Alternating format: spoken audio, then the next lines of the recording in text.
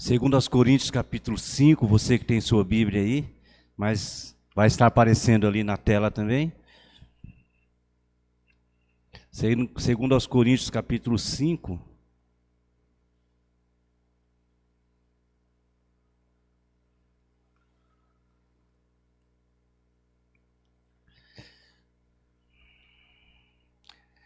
A partir do versículo 11. Segundo aos Coríntios, capítulo 5, a partir do versículo 11. Diz assim: Uma vez que conhecemos o temor ao Senhor, procuramos persuadir os homens. O que somos está manifesto diante de Deus, e esperamos que esteja manifesto também diante da consciência de vocês. Não estamos tentando novamente recomendar-nos a vocês, porém lhes estamos dando a oportunidade de exultar em nós, para que tenham que responder aos que se vangloriam das aparências e não do que está no coração. Se enlouquecemos é por amor a Deus. Se conservamos o juízo é por amor a vocês. Pois o amor de Cristo nos constrange, porque estamos convencidos de que um morreu por todos. Logo todos morreram e ele morreu por todos, para que aqueles que vivem já não vivam mais para si mesmos, mas para aquele que por eles morreu e ressuscitou. De modo que de agora em diante a ninguém mais consideramos do ponto de vista humano. Ainda que antes tenhamos considerado Cristo dessa forma, agora já não o consideramos assim. Versículo 17. Portanto, se alguém está em Cristo, é nova criação. As coisas antigas já passaram e eis que surgiram coisas novas. Tudo isso provém de Deus, que nos reconciliou consigo mesmo por meio de Cristo e nos deu o ministério da reconciliação, ou seja, que Deus em Cristo estava reconciliando consigo o mundo, não levando em conta os pecados dos homens, e nos confiou a mensagem da reconciliação. Portanto, somos embaixadores de Cristo, como se Deus estivesse fazendo o seu apelo por nosso intermédio. Por amor a Cristo lhe suplicamos, reconciliem-se com Deus. Deus tornou pecado por nós aquele que não tinha pecado, para que nele nos tornássemos justiça de Deus. Capítulo 6, versículo 1 e 2 agora. Como cooperadores de Deus, insistimos com vocês para não receberem em vão a graça de Deus, pois ele diz: Eu o ouvi no tempo favorável e o socorri no dia da salvação. Digo-lhes que agora é o tempo favorável, agora é o dia da salvação. Obrigado, Deus, pela tua palavra, e usa as nossas vidas nesse momento para que nós possamos entendê-la e colocar em prática em nossas vidas e termos a nossa vida abençoada. Sempre nós dizemos aqui que o poder de Deus, a palavra de Deus, o desejo de Deus para as nossas vidas é que nós venhamos a ter uma vida abundante, uma vida de bênção. Esse é o desejo de Deus desde o começo da criação, que todos nós, filhos de Deus, tenhamos uma vida próspera, uma vida agradável, uma vida perfeita, uma vida perfeita no sentido de nós para com Deus, de Deus para conosco, porque nós somos imperfeitos, estamos sendo aperfeiçoados dia após dia. Esse é o desejo, esse é o projeto de Deus para a minha vida e para a sua vida. Todo aquele que se encontra com o Senhor, que faz uma aliança com o Senhor, a vida daquela pessoa, a vida daquele indivíduo, ela muda para melhor de alguma forma ou de outra. Não tem como ser diferente disso. A vida de um homem que se encontra, que faz uma aliança com o Senhor, ela é totalmente transformada. E alguns dados são importantes dentro dessa mensagem que Deus colocou no meu coração. Eu queria trazer para vocês alguns dados importantes para nós pensarmos aqui nessa noite sobre esse texto. Porque o Brasil é o país que mais se abre igrejas. O Brasil é o país, um dos países, talvez o país que mais se abre igreja, né? Nós estamos há 10 anos aqui com a Igreja Casa de Oração. Eu sou um pastor batista que fiquei na Igreja Batista durante alguns anos e Deus colocou no nosso coração de nós iniciarmos uma igreja, né? E nós começamos ali no Jardim Real, onde a nossa igreja, num raio aí de 900 metros, 1000 metros, não tinha nenhuma igreja próxima. São alguns índices que eles orientam a gente a abrir igreja, que não haja igreja próxima, né? Nós obedecemos esse critério e assim nós ficamos ali 10 anos e agora viemos para esse local. Mas o fato é que no Brasil, todos os dias, em média, se abre entre 20 e 25 igrejas. Todos os dias, né? Eu trouxe até alguns dados anotados aqui. Nós temos 20 a 25 igrejas abertas por dia. Em 2022, o censo registrou 22.178 templos. Um pouco mais de 22.178 templos abertos. Mais igrejas do que escolas e hospitais juntos. No Brasil existem mais igrejas do que escolas e hospitais juntos. Um dado importante, interessante. Só por outro lado, nós temos ainda 33 milhões de pessoas que passam fome. Nós temos 59 milhões de endividados. Aumentou esse número. O Brasil hoje, 80% das famílias estão endividadas. 80%. De cada 10 pessoas, 8 estão endividadas. Nós temos 45 mil assassinatos por ano. Nós temos a violência doméstica que subiu, desigualdade aumentou, a saúde mental ela despencou, nunca se viu tantas pessoas enfrentando depressão. O Brasil ele ocupa os piores índices em termos de educação. Quando o Brasil é comparado mundialmente, ele ocupa os piores índices na educação. E aí eu me pergunto, algumas perguntas precisam serem feitas. Se há mais pastores que abrem igreja do que professores dando aula no Brasil. E por que esses dados negativos que eu citei aqui? Esses dados já aumentaram, enfim, foram do censo de 22. Alguma coisa deve estar errado. Porque se tem tantas igrejas, porque a igreja, a palavra de Deus, ela transforma vidas. Se há esse número de igrejas abertas, trabalhando aí, certamente teria que ter uma modificação de pessoas. A sociedade deveria estar transformada, porque o evangelho ele transforma. O evangelho ele transforma a vida, ele deve transformar a vida. E eu quero então pensar, nós que aqui estamos, nós que servimos ao Senhor, por que tudo isso?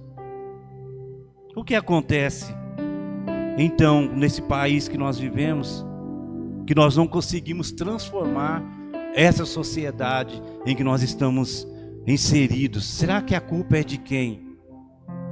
O que falta?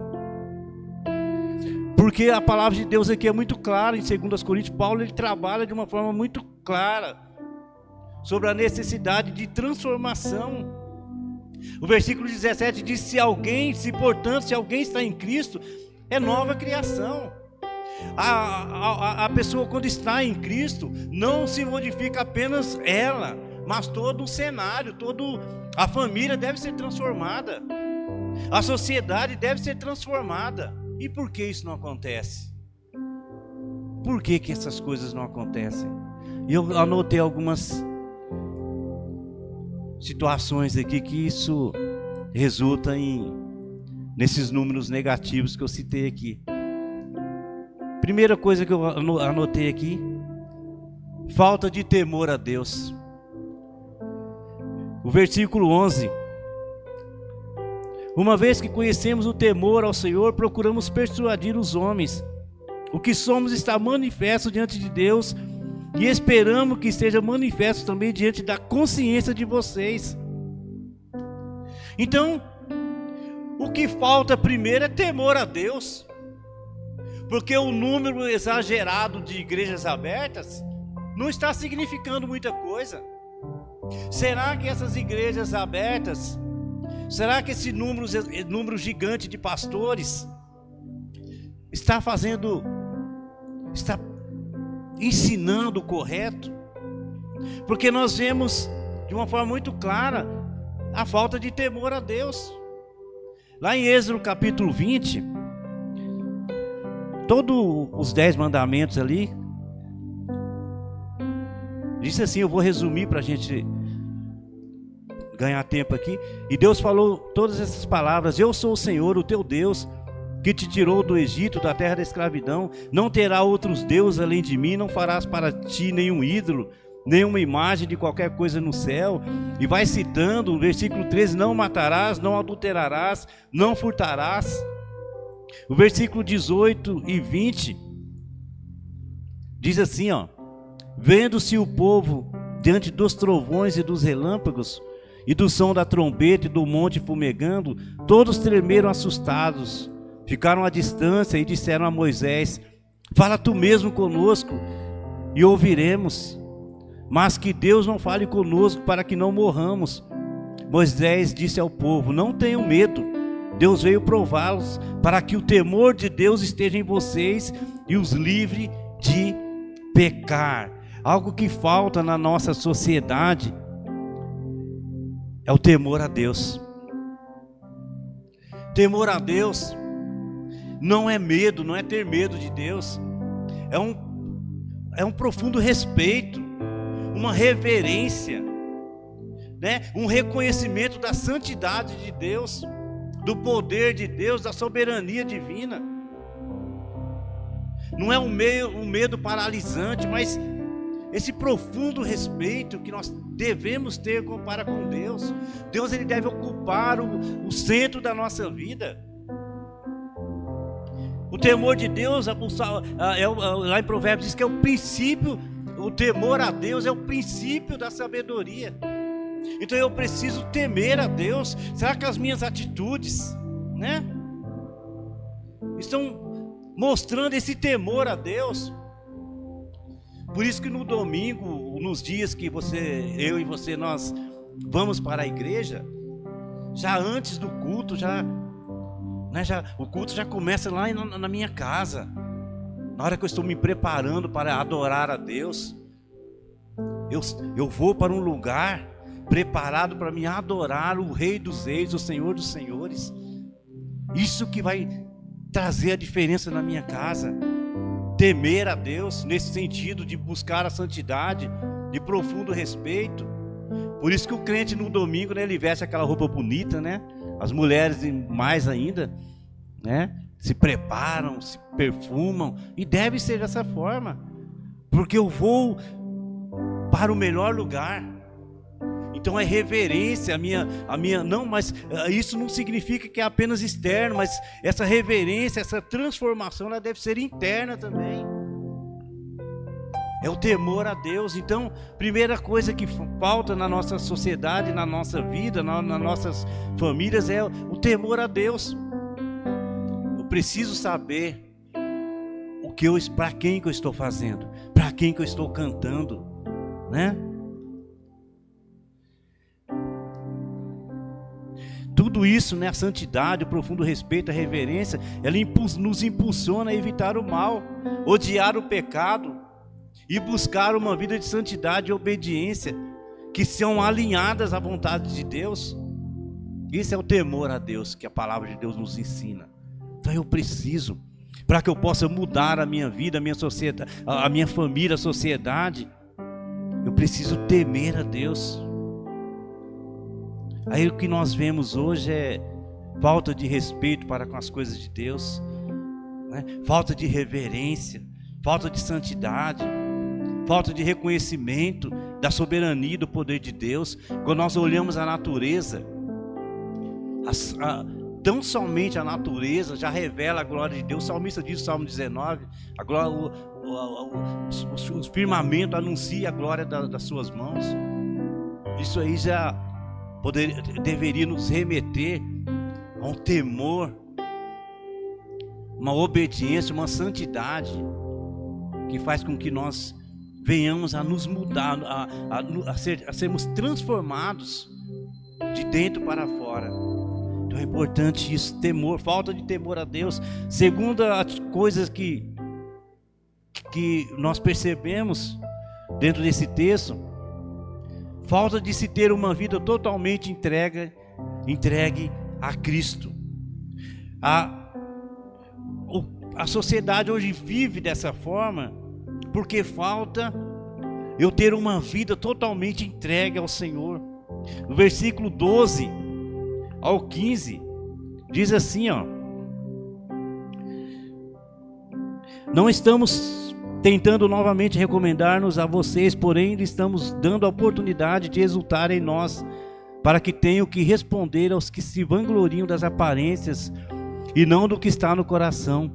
Se enlouquecemos é por amor a Deus, se conservamos o juízo é por amor a vocês, pois o amor de Cristo nos constrange, porque estamos convencidos que um morreu por todos, logo todos morreram.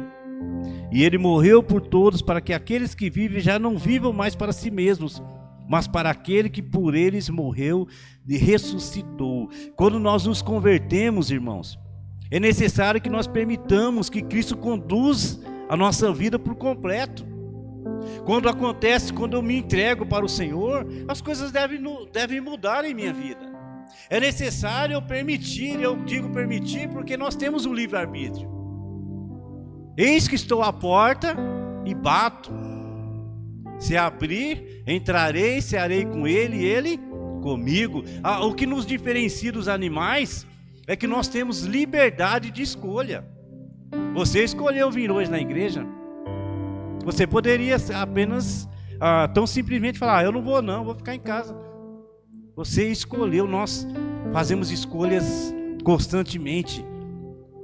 Amanhã pela manhã, ao se levantar, você pode escolher. Eu e você, nós temos a capacidade de escolher ter uma vida, um dia agradável ou não. Eu e você temos a capacidade de ter uma vida diferente.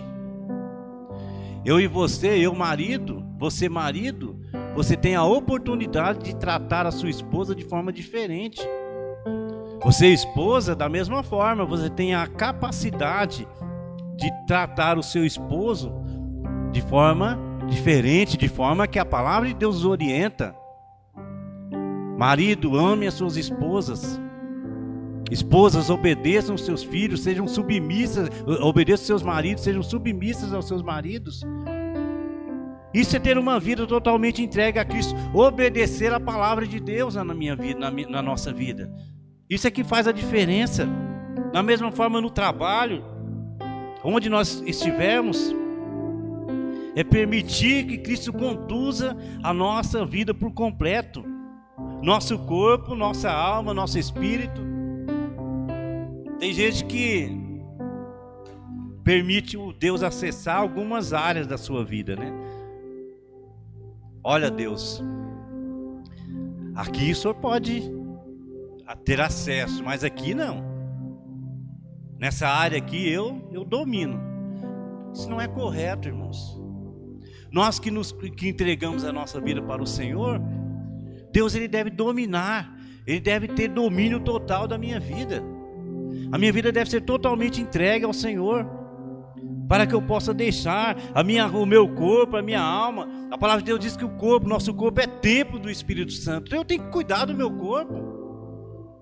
Eu tenho que zelar pelo meu corpo, eu tenho que zelar pela minha alma, pelo meu espírito, pelas minhas finanças. Eu preciso entregar as minhas finanças aos cuidados de Deus, para que Deus possa transformar a minha vida, as minhas finanças. Eu tenho certeza, irmãos, absoluta, se o Brasil que nós somos um país cristão, né? Quase que mais de 90% aí ou mais são cristãos, católicos e evangélicos. Cristão significa que seguem a Cristo, né? Se nós fôssemos fiéis ao Senhor, também na nossa vida financeira, esse índice aí de 80% de pessoas endividadas não existiria. Não existiria. E eu digo porque a vida financeira é terrível numa família, o problema financeiro. Então, quando nós entregamos as nossas finanças, o nosso trabalho, o nosso corpo, a nossa alma ao Senhor, automaticamente é transformado. Então, deixe Deus conduzir a sua vida. Deixe conduzir o seu trabalho, as suas finanças. Entregue o seu caminho ao Senhor, como a irmã Marisa leu aqui no começo. Confie nele, ele tudo fará. Então, falta de ter uma vida totalmente entregue ao Senhor.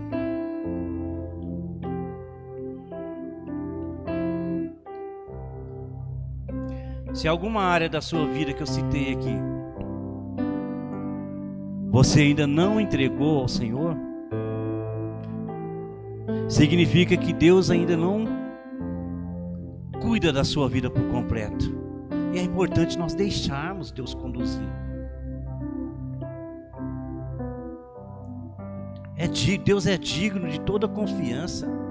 Pode confiar. Pode confiar. Qualquer área da sua vida, seu casamento, deixa Deus cuidar do seu casamento. Agora, como eu disse, é importante eu permitir que Deus acesse essas áreas. Eu já citei aqui, né, algumas vezes, e vou citar mais uma vez. Se você é cristão, a senha do seu celular tem que ser aberta lá na sua casa para todo mundo ter acesso.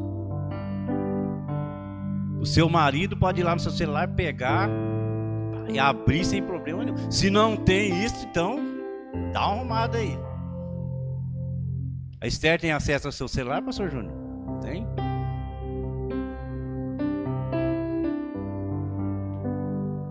Eu sempre digo aqui que em casa até o cachorro acessa o meu celular lá.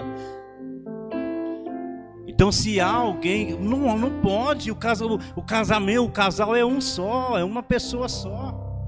Não sou eu que estou dizendo, é a palavra do Senhor que diz. Então tem que ter liberdade, tem que ter abertura. Então, deixe Deus controlar todas as áreas da sua vida. Deixe Ele controlar por completo. É interessante que me veio à mente uma ilustração onde numa grande igreja o pastor estava ali pregando e um homem se levantou e fez uma pergunta: pastor, Deus aceita um homem pela metade? Deus aceita um homem pela metade? O pastor respondeu: Ele aceita um homem pela metade, desde que se entregue por inteiro. E aquele homem então saiu no corredor, ele não tinha as duas pernas. Mas Deus falou, o pastor falou: Deus, ele aceita um homem pela metade, desde que se entregue por inteiro. Então é importante nós nos entregarmos ao Senhor toda a nossa vida e deixar Deus conduzir a minha vida. É Deus que cuida das nossas vidas. Quando nós fazemos uma aliança com o Senhor, é Deus que passa a cuidar. Por isso que a palavra de Deus fala de uma forma bem simples e maçante o tempo todo: entrega o seu caminho ao Senhor, confia nele, Ele tudo fará. Busca o reino de Deus em primeiro lugar, porque as demais coisas vos serão acrescentadas. Aí a gente fica, como o pastor Júnior pregou aqui alguns dias atrás, a gente fica buscando as demais coisas, potencializando as demais coisas, né? Nós potencializamos o trabalho. O trabalho é importante. A pessoa fica doente e ela não vem para a igreja. Algumas, né? Há casos que não tem como. Mas a pessoa fica doente, ela não vem para a igreja adorar, mas ela vai para o trabalho amanhã. Então o trabalho, às vezes, a pessoa potencializa mais o trabalho do que o reino de Deus. Então é importante nós potencializarmos o reino de Deus, porque a palavra de Deus diz: busca o reino e as demais coisas serão acrescentadas na sua vida. Então hoje eu não me preocupo, irmãos. A palavra de Deus fala: você não precisa se preocupar, porque são os pagãos que correm atrás dessas coisas. Eu sei que Deus cuida da minha família. Deus cuida. Deus, quando nós buscamos o reino, quando os irmãos sabem que eu trabalhei aqui, continuo trabalhando aqui na igreja aqui, para trazer esse templo aqui para o Rossum, eu trabalhei aqui de forma voluntária, com os olhos brilhando, sem problema nenhum. Trabalhei os meus sábados e domingos e feriados e tardes foram todas doadas aqui nessa igreja. Foram todas doadas. Tinha dia que a sábado, 4 horas da tarde, eu estava mexendo aqui. Ainda tem algumas coisas para serem feitas ainda, né? Mas eu digo isso com bastante alegria, porque se uma alma for salva aqui no Rossum, a palavra de Deus diz que uma alma vale mais do que o mundo inteiro.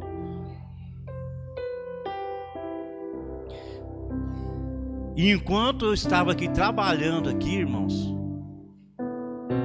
Deus estava cuidando da vida do Juninho. Deus, nesse período aí, Deus cuidou do Juninho. O Juninho tem o trabalho abençoado dele, tem a casinha abençoada dele. O Vitor, da mesma forma, enquanto eu estava trabalhando aqui, o Vitor tem o trabalho abençoado dele, tem um salão abençoado dele, com dignidade. Não nos faltou nada. Todo mundo gordinho, né? É assim. Então busca em primeiro lugar o reino de Deus. Deixa Deus cuidar da sua vida. Deixa Deus cuidar. Busca o reino de Deus, que aí as coisas irão, né, serem acrescentadas. Aquilo que você pede, aquilo que você busca, Deus vai ser acrescentado na sua vida.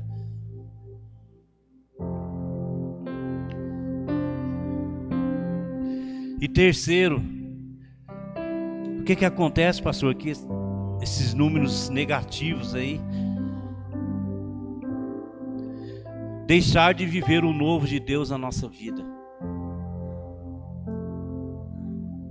Muitas pessoas, mas muitas pessoas mesmos, deixam de viver o novo de Deus. Versículo 16 e 17. De modo que de agora em diante a ninguém mais consideramos do ponto de vista humano. Ainda que antes tenhamos considerado Cristo dessa forma, agora já não o consideramos assim. Versículo 17, que é a chave de tudo. Portanto, se alguém está em Cristo, é nova criação. As coisas antigas já passaram e eis que surgiram coisas novas. Se alguém está em Cristo, é nova criatura, não nova criatura apenas, nova criação. Não só eu serei transformado, mas todo o cenário será transformado. Aquilo que está em minha volta, se alguém está em Cristo, é nova criação. Tudo será transformado, tudo será novo.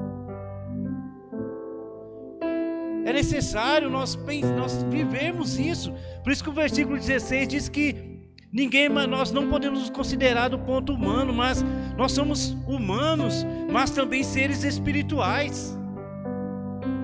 Nós somos humanos, sim, mas somos seres espirituais também. Se alguém está em Cristo, é nova criação. As coisas antigas já passaram, porque o projeto de Deus é coisas novas o tempo todo, é novidade de vida o tempo todo, é transformação de vida o tempo todo. Irmãos, todo mundo aqui que está aqui, eu que sou pai, né? A alegria maior é nós termos paz, novidade de vida. Essa novidade de vida aqui é no sentido positivo, no sentido bom.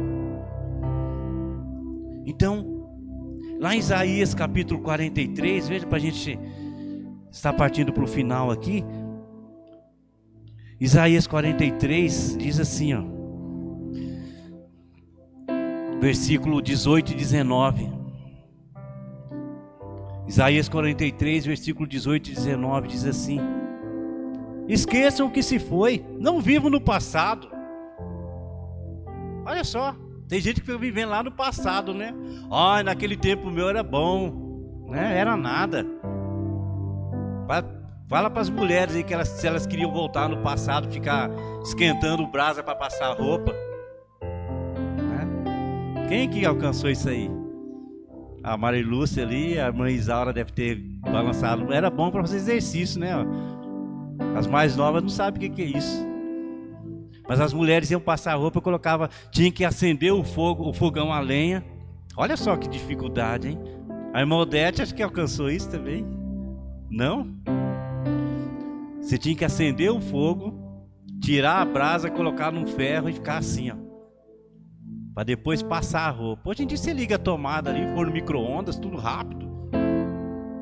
Então, irmãos, o passado, a gente fica, o passado ele tem suas belezas, né? Mas ninguém aqui fica sem celular hoje em dia. Então veja só o que diz Isaías: esqueçam o que se foi, não vivam no passado. Vejam, estou fazendo uma coisa nova e ela já está surgindo, vocês não reconhecem? Até no deserto vou abrir um caminho e riachos no ermo. Vejam só, Deus ele trabalha de uma forma que nós venhamos a não depender de novidade de vida em circunstância alguma. Ai, que as coisas o país está péssimo. Não, nós não dependemos de país. Nós dependemos do Deus Todo-Poderoso. Nós não dependemos. Deus está falando, eu vou fazer coisa nova. Olha, vocês não estão vendo, já estou fazendo, já está surgindo. Até no deserto eu vou abrir um caminho e riachos no ermo. Então, irmãos, nós passamos, eu citei alguns dias aqui, nós passamos, quando começamos a construção, nós passamos por pandemia, nós nem nos preocupamos, porque sabíamos em quem nós estávamos, em quem nós confiamos.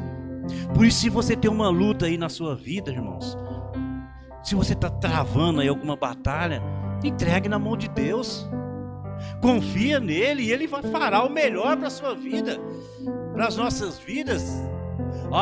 Eu tenho aquele problema na justiça lá, eu estou dependendo do... Não, você não depende do juiz, você depende de Deus. Eu tenho um trabalho que eu preciso. Você não depende de pessoas. O Salmo 20 diz que alguns confiam em carros, outros em cavalos, mas nós dependemos de Deus. Nós fazemos menção do Senhor. Aí o salmista diz que eles vacilam e caem mesmo, mas nós nos erguemos e ficamos firmes. Esse é o Deus que nós servimos. Esse é o Deus que eu e você servimos. Então, irmãos, novidade de vida, viver o novo de Deus. Aquilo que Deus fez por nós deve nos motivar a fazer algo por Ele. Por isso venha mesmo adorar. Visto o melhor vestido. Eu acho bonito a igreja. A igreja é bonita, coisa maravilhosa, pastor Júnior, a igreja. As irmãs são maravilhosas, são lindas. Os homens não são tão, né? Mas as mulheres, aquele vestido lindo. E deve ser mesmo. Viver o novo, coisas novas, viver o melhor de Deus. Nós precisamos viver o melhor de Deus em nossa vida. Desfrutar. Não sou eu que estou dizendo, é a palavra de Deus que diz que Deus ele veio para nos dar vida e vida abundante. É ou não é? Então, jovem, tenha uma vida linda. Essa pequenininha, essa baixotinha aqui, daqui uns dias engenheiro elétrico que cresce, vai crescer, não na estatura não, né?